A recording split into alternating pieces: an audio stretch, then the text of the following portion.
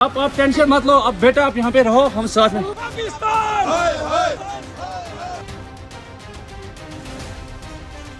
बीते दिनों जम्मू कश्मीर के पहलगांव में आतंकी हमला हो गया और इस हमले में 26 से 28 लोगों के मारे जाने की खबर है। 26 से 28 लोगों की जान चली गई इस हमले में और इस हमले के बाद एक बड़ा सवाल खड़ा होता है। सवाल है कि पहलगाम हमले में आखिर हाथ किसका है, किस वजह से ये हमला हुआ।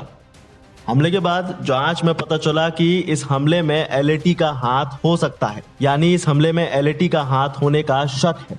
वहीं टीआरएफ सिर्फ एक दिखावा है।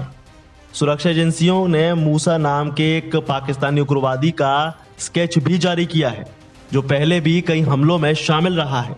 हमले में 5 से 6 उग्रवादी शामिल थे, जिसमें से कुछ पाकिस्तानी थे और कुछ लोकल थे। अब सच क्या है, इस बात का पता हम आपको हमले की एफआईआर की बिना पर बताने वाले हैं। दरअसल पहलगाम में हुए हमले के पीछे एलएटी का हाथ होने का शक है। सुरक्षा एजेंसियां अब इस हमले में लश्कर को ही मुख्य संदिग्ध मान रही हैं। हालांकि पहले लग रहा था कि टीआरएफ यानी द रेजिस्टेंस फ्रंट ने हमला किया है, लेकिन जांच के बाद पता चला कि टीआरएफ सिर्फ एक दिखावा है। चश्मदीदों की बातें सुनने के बाद सुरक्षा एजेंसियों ने कुछ संदिग्धों के स्केच बनाए हैं। इन स्केच से पता चलता है कि इस हमले में मूसा नाम का एक पाकिस्तानी उग्रवादी शामिल था।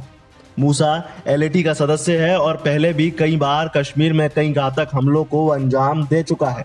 उसके साथ एक लोकल आतंकी भी था, जिसने पाकिस्तान में ट्रेनिंग ली थी और फिर जम्मू कश्मीर में घुसपैठ की थी।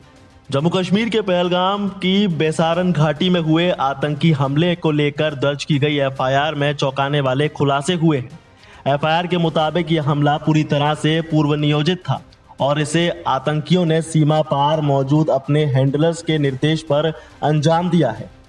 वहीं उग्रवादियों ने अवैध रूप से लिए गए ऑटोमेटिक हथियारों का इस्तेमाल करते हुए करीब 30 मिनट तक अंधाधुंध गोलियां चलाई, जिसमें तकरीबन 26 पर्यटकों की जान चली गई।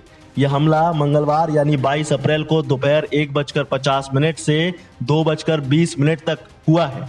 हमलावर फौजी वर्दी में आए थे और वो अचानक बेसारम घाटी से लगे घने चीड़ के जंगलों से बाहर निकले। उस वक्त पर्यटक घुड़सवारी, पिकनिक और हरियाली का आनंद ले रहे थे।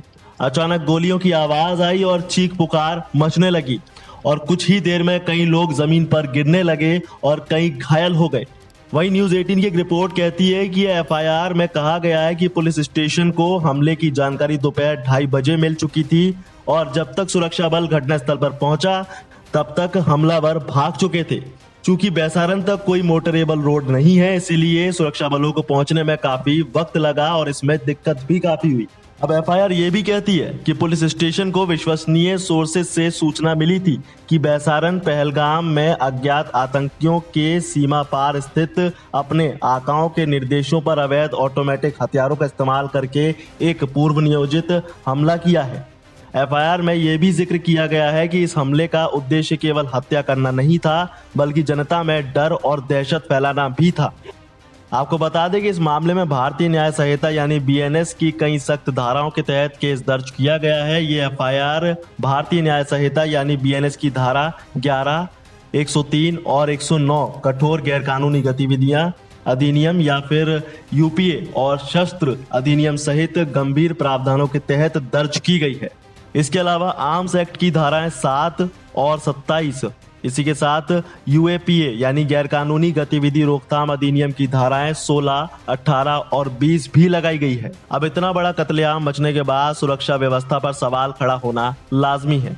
दरअसल इस हमले ने स्थानीय सुरक्षा व्यवस्था और पर्यटकों की सुरक्षा को लेकर कई सवाल खड़े कर दिए हैं। बेसारन घाटी को मिनी स्विट्जरलैंड कहा जाता है और यह पर्यटकों के बीच बेहद लोकप्रिय जगह है। अब सवाल ये उठ रहा है कि इतनी संवेदनशील जगह पर सुरक्षा के इंतजाम इतने नाजुक कैसे रह गए। हालांकि घटना के बाद पूरे इलाके में सुरक्षा को बढ़ा दिया गया है। तलाशी अभियान जारी है। सरकार की ओर से मृतकों के परिजनों को मुआवजा देने और घायलों को बेहतर इलाज मुहैया कराने का आश्वासन दिया गया है।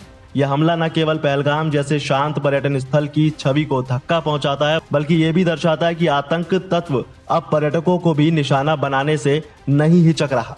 बहरहाल एफआईआर की इस रिपोर्ट के बारे में आपका क्या कहना है, आपका क्या विचार है, हमें कमेंट सेक्शन में जरूर बताइए। साथ ही वीडियो को लाइक शेयर जरूर करिए और बने रहिए वन इंडिया हिंदी के साथ।